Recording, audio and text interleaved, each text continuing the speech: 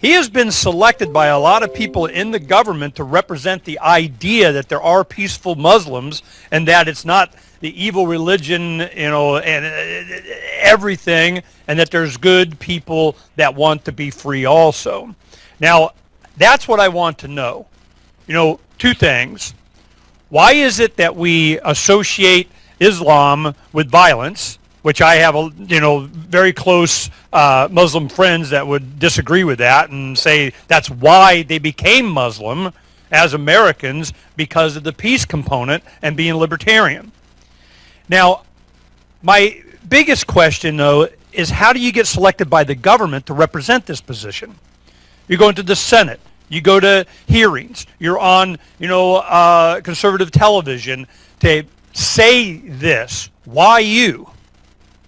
I'm very interested in hearing how this became and where we're going, because this is going to be a consternation for a long time, and with the tension that we have in the Mideast right now and what's going on with Israel, with Russia, with China, Iran, which is Persian.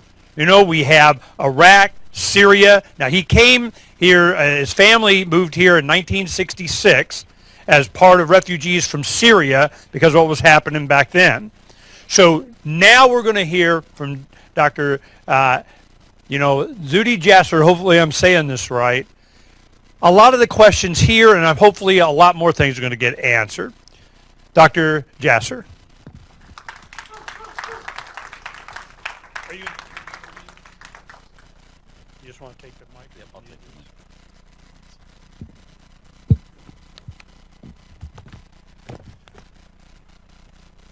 Thank you, Ernie. I apologize. Somebody has their dome light on. Silver Hyundai IBC Tucson. License PWP 6399. You got dome light on your battery. Silver Hyundai. Thank you, Ernie, and I want to thank Mark for his trust and having me be here, and the rest of the organizers, Mike, and all of you in preparations for this meeting and get-together. There's really nothing more dear to my heart than freedom, and I would jump at the opportunity to talk at a Freedom Summit. I know many of you. I want to thank Dr. Fisher for his support over the years, and many others of you that are here and might be watching this. This is quite a topic to try to talk to you about over the next 60 minutes that we have together. I'm going to try to spend maybe 3/4 of an hour and then take 15 minutes of your questions. I like to put things in context. I think that the context of where we are, it's easy to compartmentalize the Muslim question, if you will, or Islam, and just deal with what's up to our shores and look at the Muslim community as a monolith.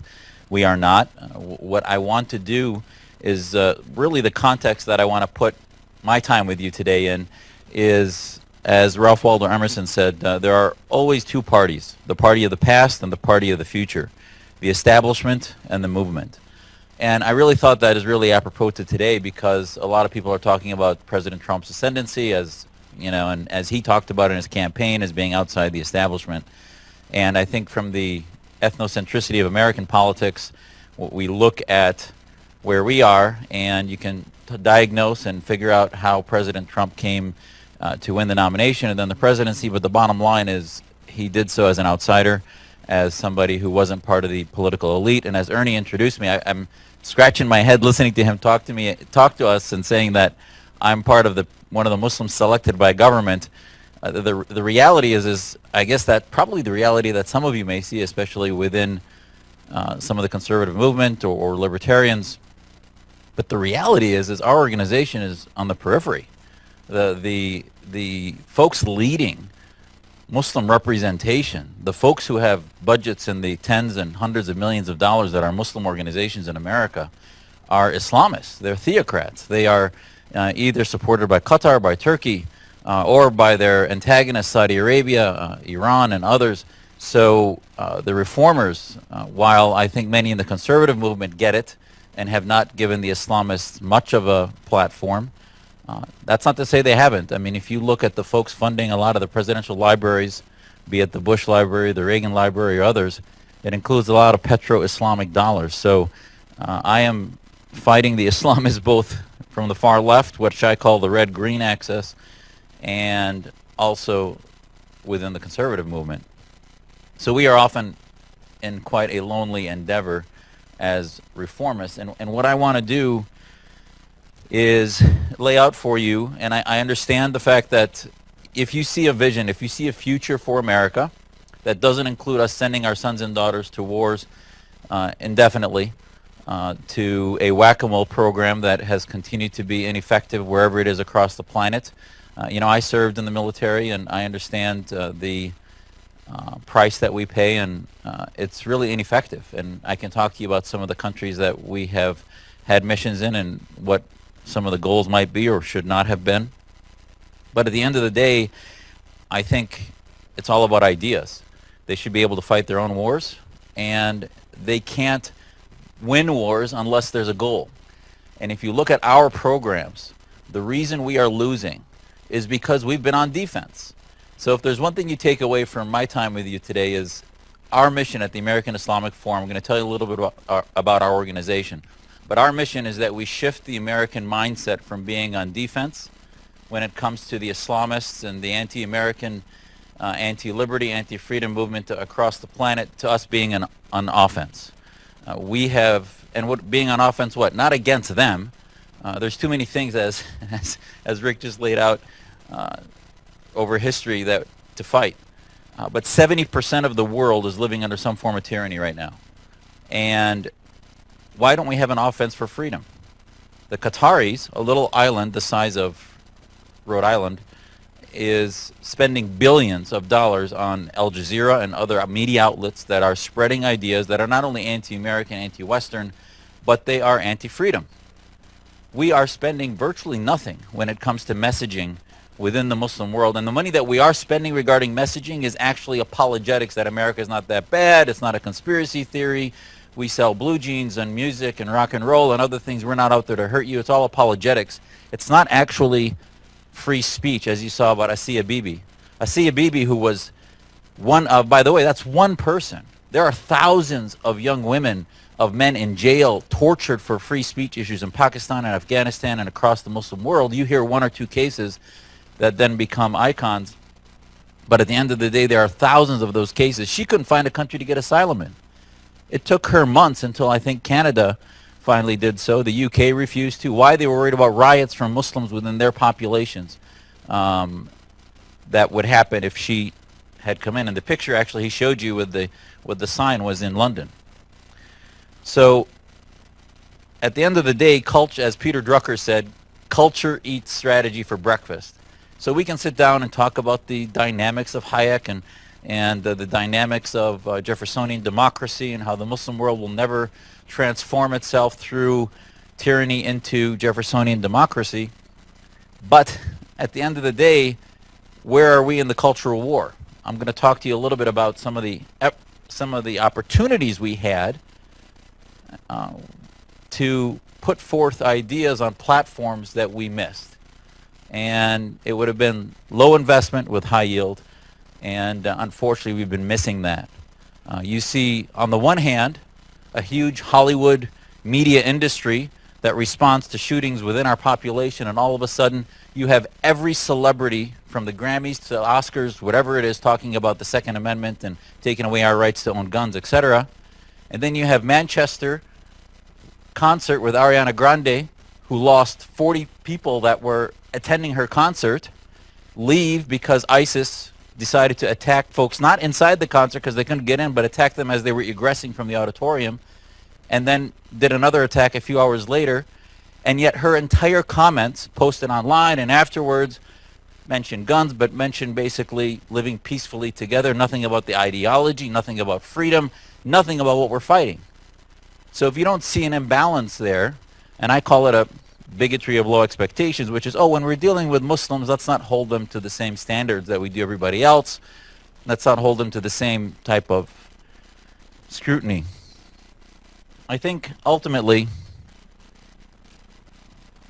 the question is when you look at the jihadists, what drives them, it's what they would die for. The jihadists would die for an Islamic State. They want to die for the implementation of Sharia or Islamic law, Islamic jurisprudence in their society. The flag of ISIS can be replaced with Saddam Hussein's flag, by the way, had Quranic script on it, even though he was a secular militant dictator. But yet, when he wanted to get his people together, he rallied them around Quranic scripture. Same thing with Saudi Arabia, which is technically not a theocracy, but yet the royal family imposes one of the most strident theocracies on the planet. So the bottom line is, for some of them, religion is a tool. For others, it is actually the ends, which is a theocratic state. And yet, when we talk about Islam and Muslims in America, it's simply a checkbox on diversity. And I served in the military, and I want to just give you a little bit of my background because I think it's very relevant into what the battle is I grew up in a small town in Wisconsin, learned my faith in a small mosque that had 7, 8 families near Green Bay, Wisconsin, and Neenah, Wisconsin, and basically did not understand that there was any political dimension to my faith. I memorized scripture and the Quran and learned it from an Indian family, Iraqi family, and some Syrian communities. My family's from Syria, and basically had a personal relationship with God. Then I went to the University of Wisconsin-Milwaukee and began to have contact with the Muslim Student Association and quickly began to realize that there were large political movements based in Islam that I had no idea had anything to do with our faith. That's a small mosque that I just visited a few years ago back that my family helped build. It's still very small. It's very small because the families there refuse to take any money from the Saudis or from any other petro-Islamic tyrannies. You'll find most of the very large mosques. Right now, the largest mosque in the United States was just finished in Baltimore a few years ago. It's a $20 million mosque. It's basically built by the Turkish government. And if you listen to Erdogan's verbiage, his ideology is about spreading Islamism and spreading the minarets, which he perceives as his swords of Islam, across the planet and especially into Europe and the West. And it's even called, the mosque in Baltimore is called the Diyanet Center. Diyanet is evangelical Islam for the Turkish community. So they are on the offense. What are we doing to spread liberty into Muslim communities? We're so much heaped in apologetics that we are forgetting what we do. I was on the U.S. Commission on Religious Freedom. It was my only opportunity to ever go to Saudi Arabia. Had I not been there as a diplomat 2 years ago, I would not have been able to leave that country. We talked to the Saudis. They are functionally our allies when it comes, especially now, you'll see obviously a lot of the gyrations with the Trump administration and others as they try to reset the diplomatic calendar in the Middle East into basically now we're back to middle of the 20th century where the U.S. was with the Saudis, the Egyptians, and some of the Gulf states, while Russia was with Syria, Iran, and the Shia majority in Iraq. That's sort of the division in the Middle East. But the bottom line is that I think my identity is not only did I join the military because I got a medical scholarship, but the bottom line is the only thing I would ever die for is the United States, and especially our Constitution. The fact that I could practice religious freedom here in the U.S. and my interpretation of Islam, like no Muslims could anywhere else on the planet, that is an idea that we are squandering. We should be able to take that idea of religious freedom and operationalize it and unapologetically evangelize it, not from a religious perspective, but from a liberty perspective, evangelize classical liberty across the world. And this is not a small thing. I'm talking about who's the constituency for Islamists. The constituency for Islamists are a quarter of the world's population. A quarter. 23-24% of the world is Muslim. And right now, the numbers are about 20-30% of them are Islamists. So if you look at numbers, there's been studies recently when they looked at the revolutions across the Middle East.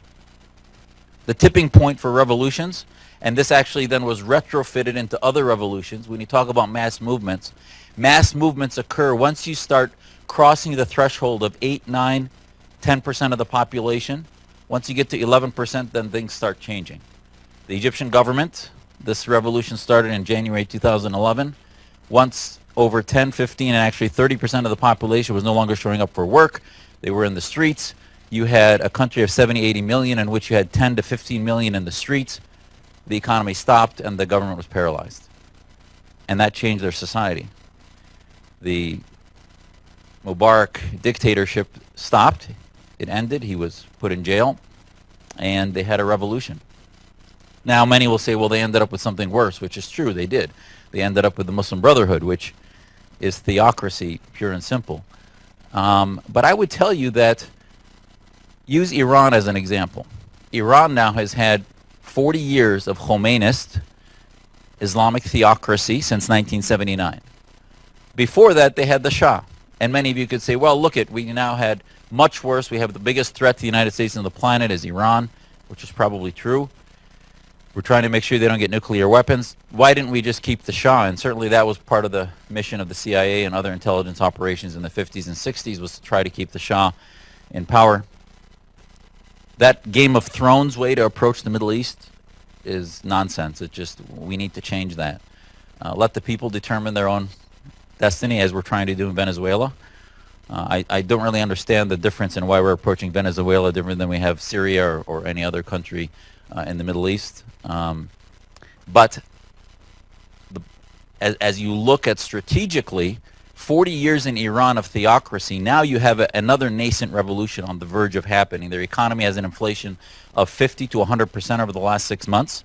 That government is only still in existence because Russia has been feeding them, China has been feeding them billions in order to maintain their economy. And since the sanctions got put back in, they are on the verge of actually falling. If they fall, they will never re-elect a theocracy, and neither will they elect a monarchy. So they're maturing. And I think if you look through most revolutions, they mature. They go through a maturational process. This is the country my family came from, in Syria. Each of these countries that have had revolutions in the Middle East have gone through different evolutions. And Syria's revolution failed. The Egyptian revolution went to the election of the Muslim Brotherhood. Now, how could 20-30% of the people elect in supposedly a democracy a party that ended up winning? Well, because the others divided into 10, 15 different parties. So a plurality ended up winning the election. And actually then when they had a runoff with the top two candidates, the second candidate that lost to the Brotherhood was the head of the intelligence from Mubarak that was still running the National Democratic Party of Egypt. So the bottom line is you had post-revolution, and you saw this in the Palestinian areas too. When they had their first election, they ended up electing Hamas. They went from a secular militant group, Fatah, to saying, you know what, we want to elect some religious folks so that they can run things in a religious way. And they're starting to realize now, the Palestinians, that Hamas is more evil than Fatah. But again, it's not just binary. They don't always have just two choices of either secular military dictators or theocracy. So what is the role of the United States in watching this? Do we just say, oh, you know, as Sarah Palin said, let Allah figure it out, and we'll just sort of sit back here and let them kill each other? You know, that's fine. I think militarily, I've come to not disagree with that. I do not think it's the role of the U.S. military to do any of that, other than maybe through special ops into places like Somalia to target folks that are targeting us directly. We can talk about the operation against the imam that basically had declared war on the United States. We got him in Yemen in 2010. Now, he was an American citizen, so I know many in the libertarian community said that was an unauthorized assassination. But basically, he had driven many significant attacks against the United States, including Nidal Hassan. So Imam Awlaki was his name. But bottom line is, these are targeted operations for American security, which is very different than large deployments that I don't think we need. And have also, as we've seen in Afghanistan, have been proven to be ineffective. We've given so much blood and treasure in Afghanistan, and it is completely ineffective. Now, am I all for a complete withdrawal? No, I think we need some presence there for intelligence, but it can be very small special forces operations. The other issue is, if we leave these things alone and we just sort of say, let's wait till it comes to our borders, you're going to have, there's mass migration issues. And you've got millions pouring into Europe right now that are changing the culture already. Many of the countries in Europe have 10-15% of their population that is Muslim, so they already have assimilation problems. I have a podcast called Reform This, and last week I did the podcast about assimilation, vice or virtue. And when we talk about assimilation, it's always in some communities felt to be a negative, pejorative, and others it's felt to be sort of a right to become an American. I take a middle of the road, which is assimilation really has to do with maintaining your identity, your cultural identity, and who you are, but also beginning to believe in the social contract, which is our Constitution, in becoming an American. And we don't do that very well, I don't think, with our immigrant populations. We don't have significant programs to teach them liberty, let alone our own 10th generation Americans who are losing their understanding of what freedom and our constitutional principles are. But I do think the immigration issue, as it gets thrown, bantied about, we went in politics in America from Islam is not a problem on 9/12/01 to Islam is the problem, as we saw with the cartoon crisis in 05 and 06 and all the other things happening where you started to see a huge swing to maybe Islam has a problem and we have to deal with it. The negatives about the faith of Islam have gone from 33% on 9/12/01 to 65% right now. So I don't care what any of the Islamist organizations in America think about my work or how self-hating they think it might be. Whatever they're doing is not working. Whatever they're doing is not making Americans feel more comfortable about the faith of Islam and what exactly is our theological understanding of our faith and what exactly is the role for theopolitical movements, if any. And that's why our organization is focused on the separation of mosque and state. But I do think the discussion of liberty internally in America, what do you do with populations, sectors, communities that get ghettoized or not ghettoized, that are segregated, that have separatist ideas, that we coddle in the name of freedom, and yet we don't hold them accountable? Our organization has supported some of the movement, not entire movement, because in some states it's been done very dysfunctionally, but in other states, in Arizona and Florida and Michigan, it's been done very well. It's called the American Laws for American Courts movement. And that movement talks about the fact that regardless of what your faith is, you can't use religious freedom to endorse, for example, in Islam, the Islamic law that's majority Islamic law in America today, most imams believe when you look at a woman's vote or witness in a court, it's worth half of that of a man. When you look at her inheritance rights in trusts, their family trusts, it's a quarter of that of a man. When you look at the right to divorce, a man can divorce his wife, but a woman cannot necessarily divorce her husband. These are things that many imams, there's an organization called the Assembly of Muslim Jurists of America. Go to their website, the Assembly of Muslim Jurists of America. You will find a list of 100 scholars that include most of the leading Muslim organizations in America. So these are the imams that are leading our communities, and you will see fatwas, which are religious ruling. A fatwa is an Arabic word for religious ruling, an edict, like canonic law or Talmudic law, that tells Muslims in America don't work for the Pentagon because they're leading wars against Muslims, that says don't say the Pledge of Allegiance because it is swearing to a non-Muslim country. There are edicts in there that are not only anti-American but are separatist in their mindset. Now, do they have a freedom to do that? Fine.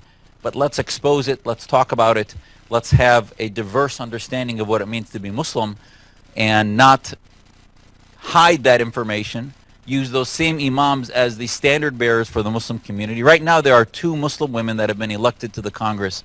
One is Ilhan Omar from Minnesota, the other is Rashida Tlaib from Dearborn area from Michigan.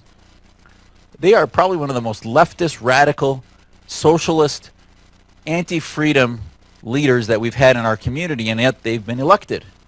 So fine, they want to celebrate diversity, that Muslims have been elected, that's fine, but to say and put them out as being sort of a representative of moderate mainstream Muslims is absurd. Most of the Muslim community I know are free market, independent, small business owners that would have nothing to do with Rashida Tlaib's or Ilhan Omar's socialism. And yet they get pushed as being representatives of the Muslim community.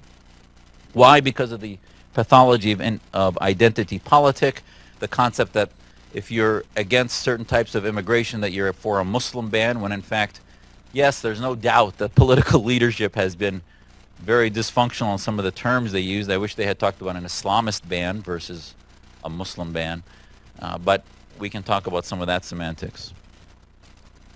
This is what I call the Islamic mafia around the planet, and those are the leaders of the 56 countries that are Muslim majority. That emblem on the top is the emblem of the OIC, is the Organization of Islamic Cooperation. So if you ever go home and you scratch your head and you say, why is it the United Nations spends over half of its votes dealing with a little country like Israel? It's because of these countries. You have a democracy, which is one of the most innovative democracies on the planet, Israel, and yet Ilhan Omar was interviewed 3 days ago. She couldn't get herself to even recognize the state, and yet when she talked about it, compared it to Iran and Saudi Arabia as a theocracy, showing not only the rampant ignorance of these new members of Congress, but the bottom line, how much anti-Semitism there is in the leadership in our community. And it's coming from the fact that these countries have been funding these organizations for the last 50 years. So the money's put behind Georgetown Center for Muslim Christian Understanding by bin Talal from Saudi Arabia, where they've had endowments of tens of millions of dollars, has been put there because the return on the investment there is to create future Muslim leaders that are anti-Israel, that are anti-Western, might be able to talk the talk, but the bottom line is they do not really push any pressure back upon these countries in the Middle East and the ideas that they've been suppressing. So the second thing I wanted to make sure you left with is when you talk about diversity, too often diversity in the Muslim community is somehow, well, okay, we have an Egyptian Muslim, a Pakistani Muslim, a Syrian one, that ethnic diversity is diversity. That's a form of diversity, but how often do you see diverse ideas in the Muslim community? I don't mind there's socialists in our community, but we should also hear from free market Muslims, from conservative liberals, gay rights activists, feminists, and others. So this is things that we're just not hearing. 99% of the standard bearers for Muslim community are put there because they wear a hijab. One of the classic metaphors, I think, of the problem with our representation, again disagreeing with Ernie's initial comments, the classic problems is if you look at the Olympics 2 years ago, everybody knew that the fencer was Muslim because she wore a hijab, and she was put out as sort of, oh, look at, she even was almost going to be the torch bearer for the team, even though she was really not the top of her sport, but almost put there instead of Michael Phelps to carry the torch out in the opening ceremonies because of the identity politic. And how many of you knew that the gold medal winner for track for 400 meters was a Muslim woman? She won a gold and a silver, but she didn't wear the traditional headdress, didn't look Muslim. She looked like a normal African-American track star, and she wouldn't really fit the bill to be used on a poster as an American Muslim that would qualify for the identity politics. So this is the problem. And these organizations across the country that have been started in the 60s and 70s as offshoots of the Muslim Student Association, I call part of the Muslim Brotherhood legacy groups, are the primary problem. And it includes organizations that are fixated on pushing forth the idea to media that that America is anti-Muslim, that you're controlled by conspiracy theory X, Y, and Z, and that the bottom line is that we are victims as Muslims. So, again, my testimony to Congress against them has not been to take away their rights, but to put them in the right place of what they actually represent, which is the theopolitical movement in the West of the Islamist ideology. So where is Islam in its arc of history? I think this is really the third thing I wanted to make sure you understood is we talk about Islam, and I'm sure many of you have Muslim friends. When you talk to them, it's almost as if you have an ahistorical approach to Islam and Muslims. President Bush had an ahistorical approach when he put mission accomplished across the carrier as we defeated Saddam Hussein, and said that somehow Iraq would then all of a sudden become a Jeffersonian democracy. And that was absurd. But yet I was in favor of destroying Saddam Hussein, because I can tell you, as family that has been victimized and tortured by these dictators, Syria has proven they cannot get rid of these dictators on their own. Now, again, I don't think we should be sending our troops to do that, but there are ways for us to at least take sides in those wars. Because when we don't take a side in an internal conflict, the other side, if it was just domestic, I'm with you. But in Syria, Assad would not be there today had it not been for Russia and Iran. He was propped up. His monies were handed to him continuously. His economy was paralyzed. There was nobody in the country really working for a few years.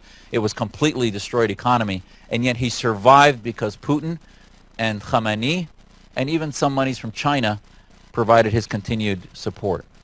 So for us to stay out of that when you have a country on the border of Israel and so many other reasons, I think, is proving we're going to end up not doing things with a small investment that would end up requiring a much larger investment later. I do believe if you look at the 30 Years' War, 8 million people died in 30 years in the religious conflicts in Europe. So if you look back at that, that was in the 16th century. Islam is 1,438 years old. Islam right now is going through, I believe, this process. Most religions start going through a process in which they begin to push back against the establishment. And that's why I think the greatest democracy on the planet was founded by folks who were faithful to their whatever faith, however they described and felt their Christianity to be, but they rejected the establishment of religion. And I think Islam is going through that same process. Now, what are some of the major shifts that are happening? You cannot have an ahistorical approach to Islam. And what do I mean by that? So Islam is 1,438 years old. We believe it was founded by the Prophet Muhammad with a message from the angel Gabriel in which the scripture was revealed to him over 23 years. Call that mythology, call it what you want, but at the end of the day, when the Prophet Muhammad died, there were the first 4 caliphs, 3 of them were assassinated. So I would tell you, as somebody who loves my faith, that Islam's fundamentals, whatever those may be, started to vanish immediately after the death of the Prophet. And it became chaotic. Now, the first 700 years of Islamic history were dynasties. There was no democracies. There was no secular countries and free thinking. So then it was followed in 1500 or so by the Ottomans. And the Ottomans were a militarized society that ran the Islamic world for 400 years until they fell apart in the 20th century. So 1,300 of the last 1,400 years have been dynasties or the Ottomans. And yet the first 7 centuries of dynasties were really the golden age of the planet at the time. So when we hold Islam and Muslims accountable to American 20th century ideas, is that really an appropriate historical approach? And I think as people who are educated and intellectuals, you would want to hold the people accountable to where they are in their historical arc. Then you have, after the Ottomans, you had a colonial era in between there, actually, same period, that brought some of the ideas. I mean, the largest democracy on the planet is where? Is India. India has almost 1 billion people. That's a democracy because, I believe, of the British influence on India. Now, you will see that the country with the largest Muslim population on the planet, some people say is Indonesia, but that's Muslim majority, it's India. India has almost 400 million Muslims. They're a minority, but yet they're a vibrant democracy with their problems. But I think one of the most pathological countries on the planet is Pakistan, which should have never been created. It was created on the whim that you should have an Islamic republic. And that concept is what we're working against. As long as you tie national patriotic identity to Islam and to a single faith, you can never bring liberty to those countries. And we'll talk about that. So nationalism, or city and state, was sort of what was left behind as we carved out in the Sykes-Picot Agreement, and a lot of the countries across the Middle East are really early 20th century creations. So when we talk about them being chaotic and falling apart, these are not old countries. They've barely been around, some of them, for 60, 70 years. So if Syria falls apart, I was much against that for reasons we can talk about, but if you need a Kurdistan, why not allow it to be formed? These are not old historic countries that have established identity. They were carved out by colonial powers that probably now may need to be reset a bit.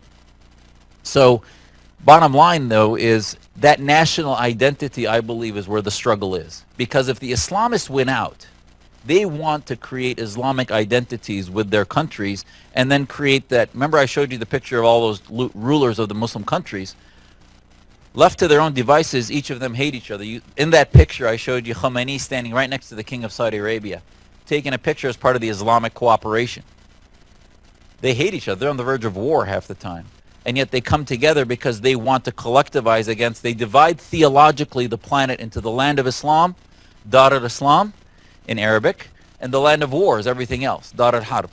That's their theology, is that if it's not Muslim majority run with Islamic law, it must be the land of war, no matter what it is. That is their theology. So unless Americans and libertarians get into the business of starting to work with Muslims that reject that theology, at some point they're going to be knocking at our door. And the bottom line is, the post-colonial vacuums, we pull out of there. They took some of our ideas. When I was on the U.S. Commission on Religious Freedom, the Indian government refused to let us come in. Refused. Even though they have a lot of religious freedom issues we wanted to talk to them about with the Sikh community, with the Muslim community, with Hindu community regarding religious freedom. But because of their colonial history, they have a huge aversion to foreign entities coming into their country and telling them how to run their business. And it's pathological because there's some significant religious freedom issues inside India, and yet they did not want us coming in to do that.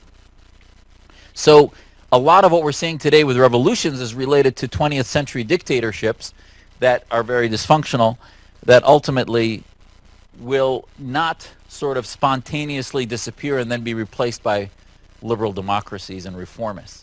There are many reformers doing the work that I'm doing inside the prisons of Saudi Arabia, doing inside the prisons of Iran and Egypt and elsewhere.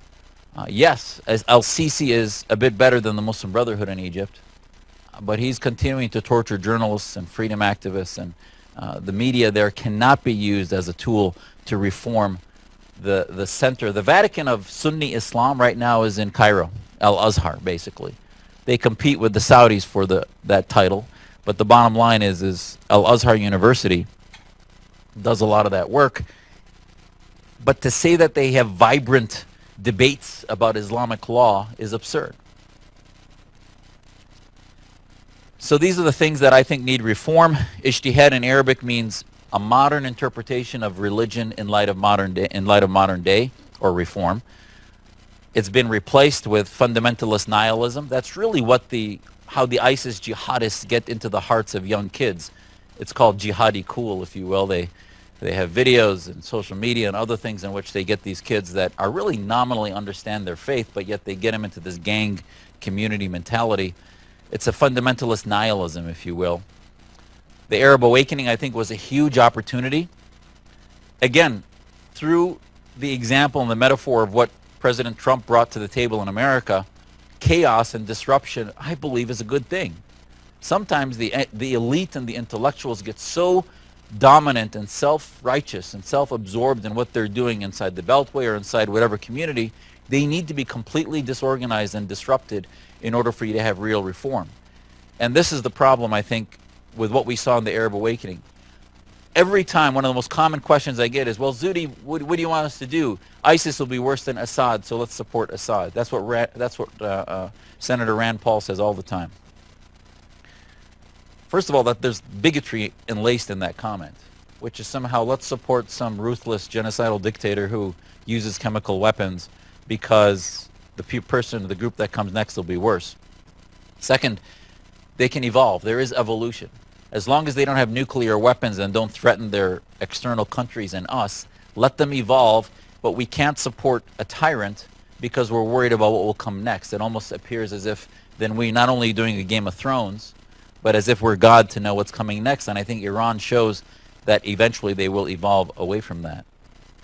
The debate needs to move from exegesis. Right now, if you talk, I did a debate here at Scottsdale against one of the imams a few years ago.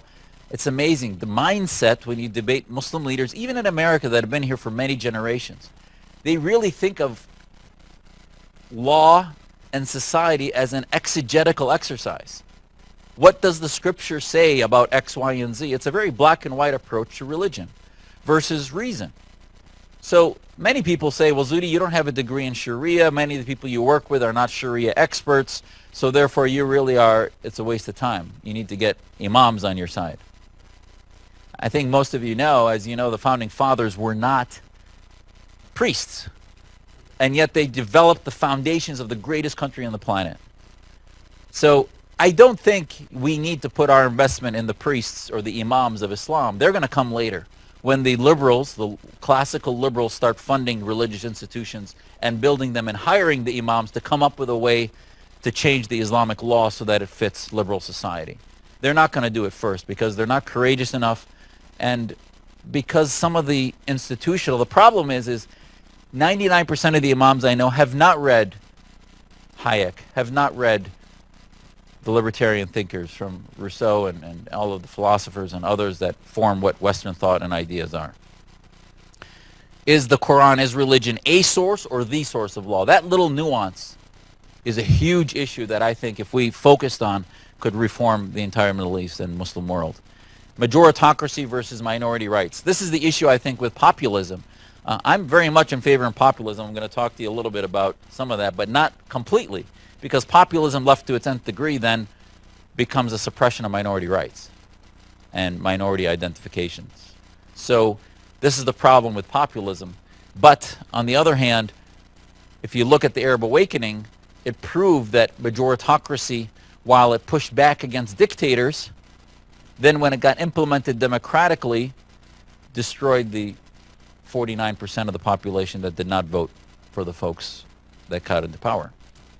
These are the countries and the dates that they became what they are. I think it's obvious that they're pretty new. But what I always tell, forget the religious part. Look at what products have come from any of these countries. Free market products that have originated, cars, technology, computer, whatever it might be. The only thing coming out of there is the oil. My grandfather, who was in jail for a few years in Syria before my family escaped, and basically said until the oil runs out, as long as they're using resources under the earth, they will never use the resources between their ears. And you know, that's the problem. So as I mentioned before, jihadists want to die for their team. And if you look at the metaphor right now, I think any sport metaphor works, which is you've got some jihadists on the field that want to fight and kill themselves and die for their cause. You've got some cheering them on, which are part of the movements that I talked about, where they might not like some of the methods, the violence, but yet they like the game. They support it. And then you've got the jihadists at home who might watch the game here and there or not even watch it at all, but yet they're completely asleep, and yet their team is Team Jihad. They think that ultimately that's their supporting identity. We have to step away from a binary approach to the Middle East, a binary approach to Islam where it's either theocracy or secular dictatorship. There needs to be a third pathway, which I call the liberty, our liberty project or liberty doctrine. These words right here, I think the nuclear weapon regarding liberty is creating governments that have an establishment clause that prevents the establishment. The word ummah in Arabic means faith community. I've actually talked to Arabic communities about de-ummatizing Islam. Well, what does that mean? Well, Islam, ummah not only means faith community, it means state. So until Muslims can separate the concept of state from the concept of faith community or de-ummatizing it, that'll never happen. And most of the Muslims, there's one Islamic university in America, Zaytuna University in San Francisco. That guy was talking to President Bush a month after the 9/11 as being a representative, a moderate, and he comes across as a slick, sort of well-greased American Muslim. And yet he says that his goal is to make the West an Islamic state. Now, he'll give you qualifications that it's basically in the same Judeo-Christian principles, but yet you'll find that he's for an Islamic ummah. And Islamic statecraft, we have to talk about Sharia. When I was testifying to Congress, Jackie Speier, one of the congresswomen from California, was interrogating me and said, what's your qualifications? What gives you a right to come and talk about Islamic law to our Congress? And I said, you know, ma'am, you're sitting in halls of a Congress that was created by folks that rejected Christian theocracy. So you should be the last person telling me that. And yet she said, I would never want to speak about the Catholic. She said, I'm Catholic. I would never speak against, you know, as somebody who's an expert on Catholic law when we're talking about their pedophilia problem. Made no sense. Blasphemy issues, apostasy. So apostasy are laws that prevent people from leaving the faith of Islam, and if they do, they get killed. I want you to pair that up with treason, because if the state and Islam are one, apostasy, they match to treason. So when the Saudis talk to us about Islamic law, they say, well, you have laws in America about treason. If somebody's serving your military and they leave, that's treasonous, or they've abandoned their military. So this is actually where us reformers will say, you know, you look, the Prophet Muhammad did have a military, and they fought wars. So yes, if you were in the Prophet's army and you decided to leave and they had declared war on the pagans, that is abandonment. That is basically desertion. And even our American military has laws that include capital punishment for desertion. Now, fast forward to the 21st century, if we're going to reform these ideas, we need to do it, I think, through Muslims saying that the era of jihad is over.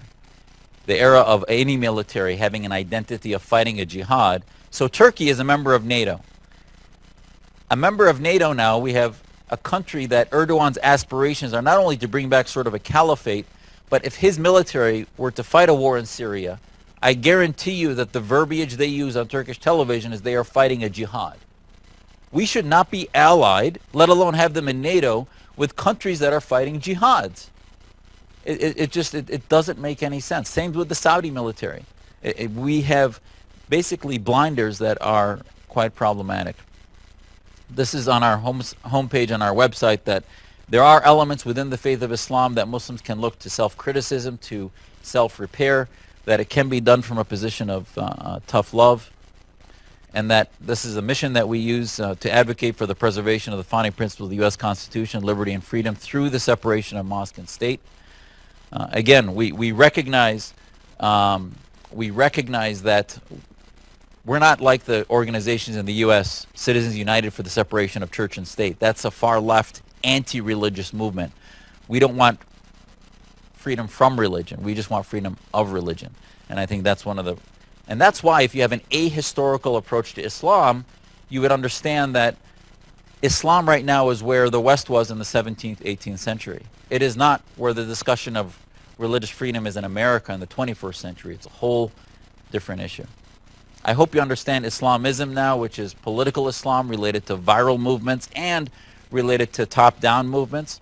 So whether it's the royal family, sort of like the corporate Islamists in Saudi Arabia that have a board of directors, which is their family that decides to implement Sharia law, or whether it's these masses that are viral. This is the Sunni masses of the Muslim Brotherhood, the Shia masses of the Khomeinis.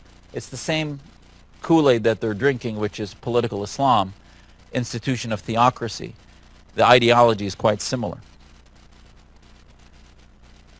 It's all about identity. Will our immigrants, will our Muslim population begin to identify not only as a minority, where we're barely 1% of the population here, but I think we have an opportunity here in America to operationalize liberty, to operationalize religious freedom, and bring it forth in a way that you can't do anywhere else. So last, I've got two diagrams I want to share with you, and then I'll take your questions. One is, if you look at the world, as I mentioned to you, 70% of the world right now lives under some type of tyranny, and so where are the minority religious beliefs persecuted and oppressed, and where are they free and defended? Obviously in the West and America, and the rest includes a triangle, which is Russia, China, and the Muslim majority countries. You take those three and you got 80-90% of the planet, and those are tyrannies versus America and the West. Now you lay over that the Muslim population, which is a quarter of the world's population, and there's this little intersection that I think is the future, as the title of my talk was, what is the future or the hope of freedom in the Muslim world? It's these Muslims here. These Muslims in the countries in the Middle East that are all tyrannies, they're trying to repair their condition, but they're still being tortured. They don't have the mechanism. They start an organization like ours and it lasts 3 months and then they're in prison or shot or dead. So eventually with revolutions this will change, but to build lasting texts and ideas that can become part of legacy work can only be done in the West. The civil rights movement of today is inside the American mosques.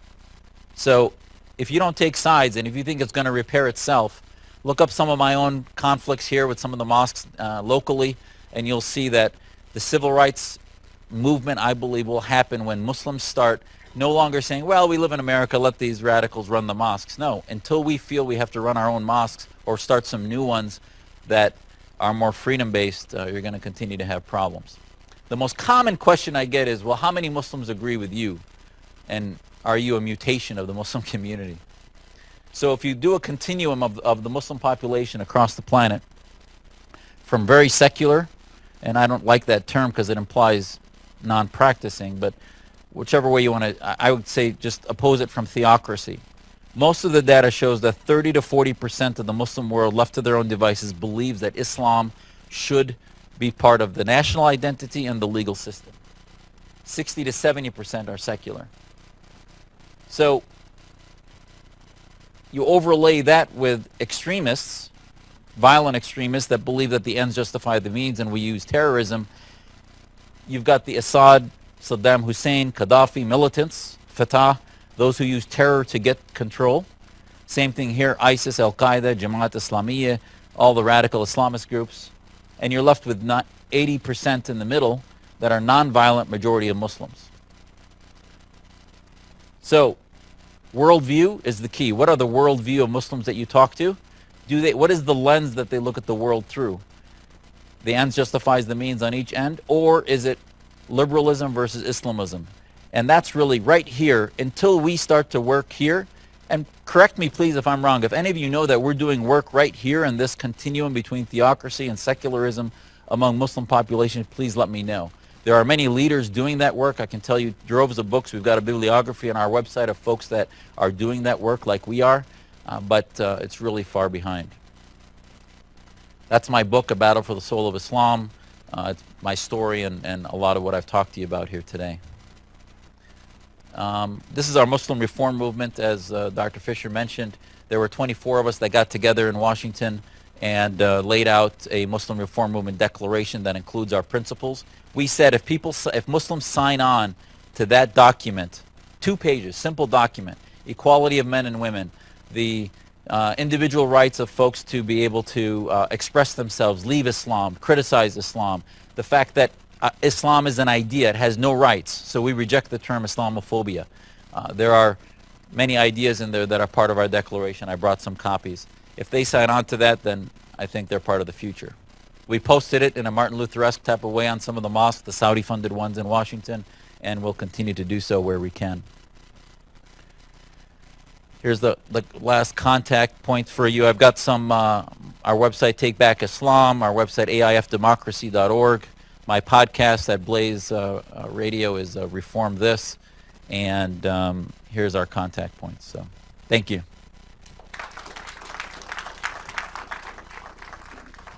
Any questions? Yes, Mark. Oh, I'm sorry. Yeah, we'll just stay. I'm sorry.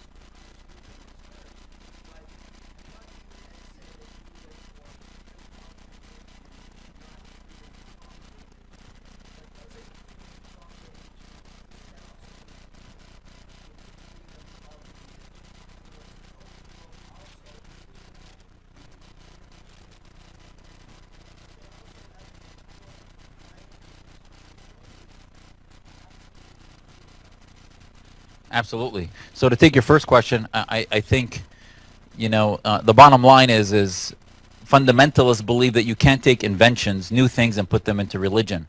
And I've done a number of podcasts on the question is not, was the Prophet Muhammad an Islamist?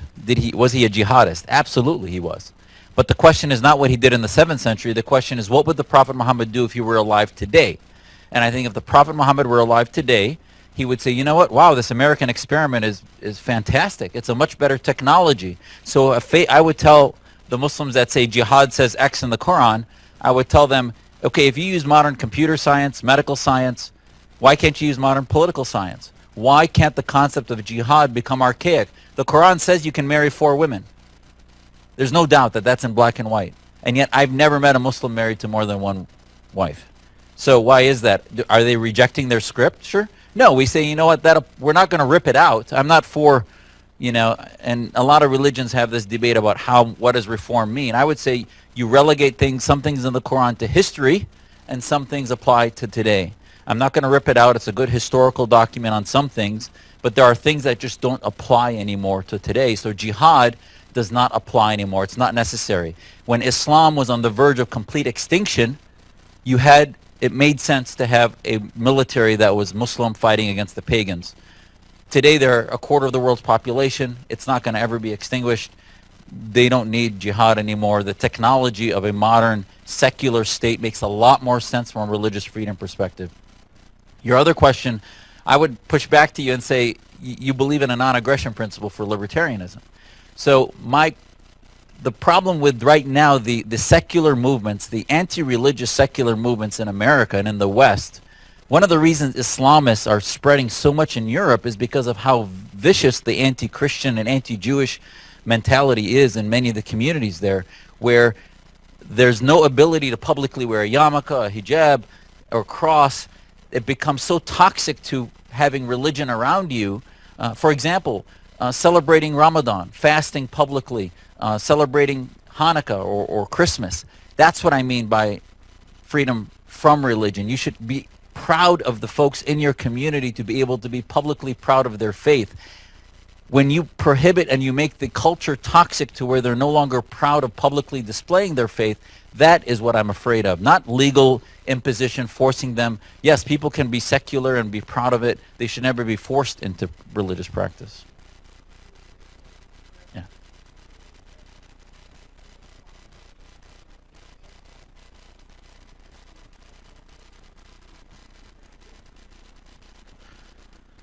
Right. Yes, sir.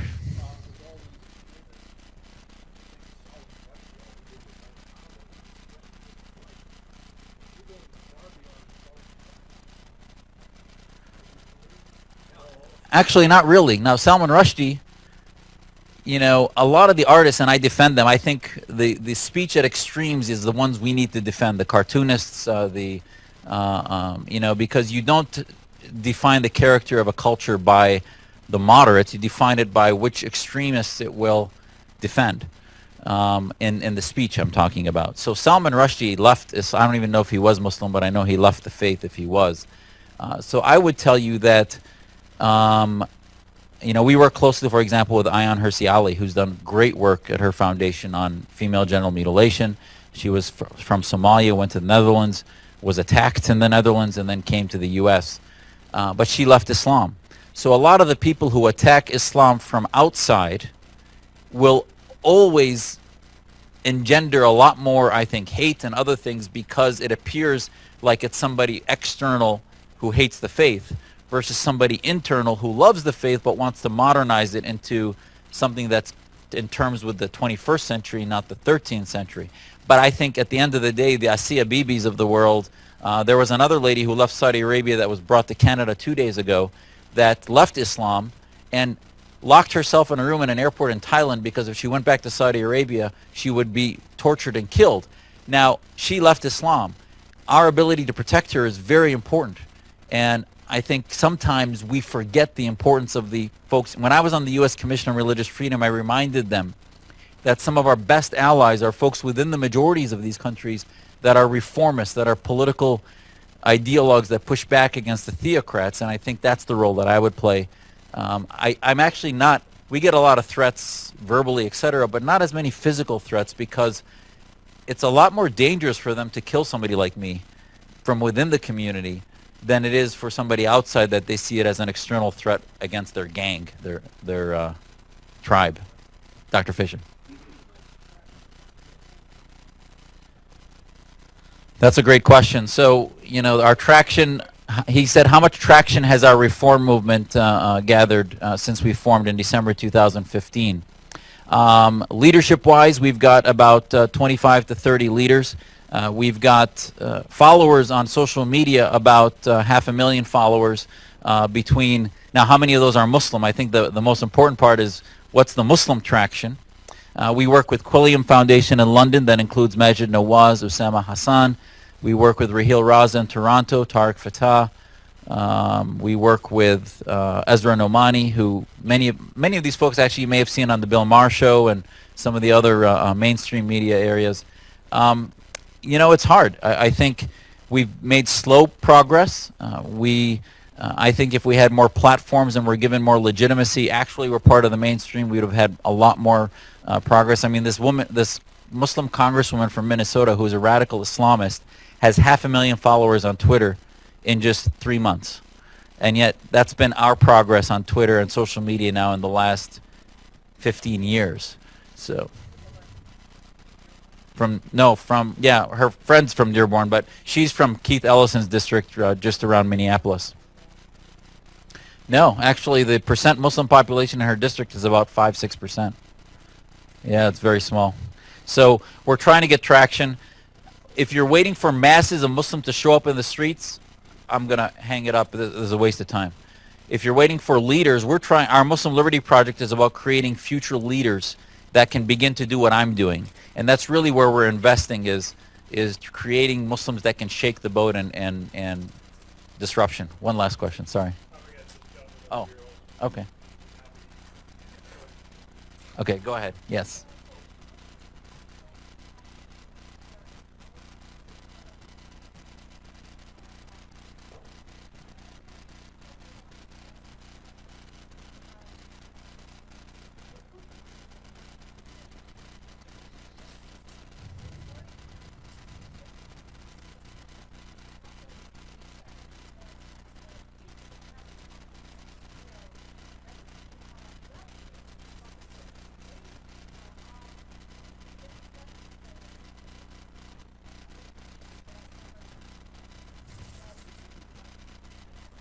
Yeah.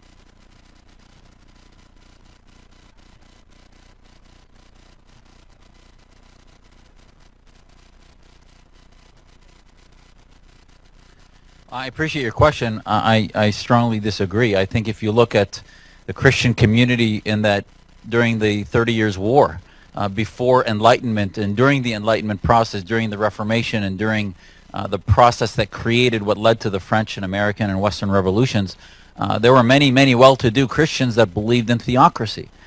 So you're talking about a standard that includes your friends that would not want to ever hurt somebody or are non-violent, and that's why I said that's the middle part. Certainly, I've met maybe one at most Muslim that believes that terrorism is a means to achieve what they want to do, but most of them still have not gone through that need to reform against theocracy. They still view their faith as a theocratic mandate. Now they may say, well, you know what, that's the faith, but we're not, I'd rather be in America. And I think that's the issue, is that they're not sort of operationalizing how to begin to, and so many of the Muslims I talk to, they say, yeah, I want my kids to be Muslim, but not that kind of Islam. Well, what books would you like them to read? You go to the mosque's Sharia text says, kill those who leave Islam. Says, if you look in the fine little footnotes, not on the front page, you're right, the Quran looks mostly like the Bible on a lot of things, but the interpretations, the tafsir, is still 13th century tafsir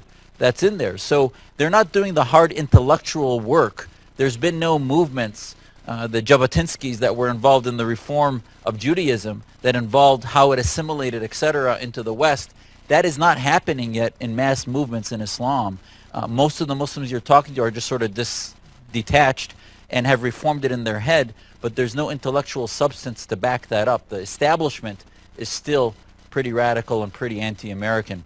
And I define radical as theocratic, not necessarily violent. Last question. Yes, sir.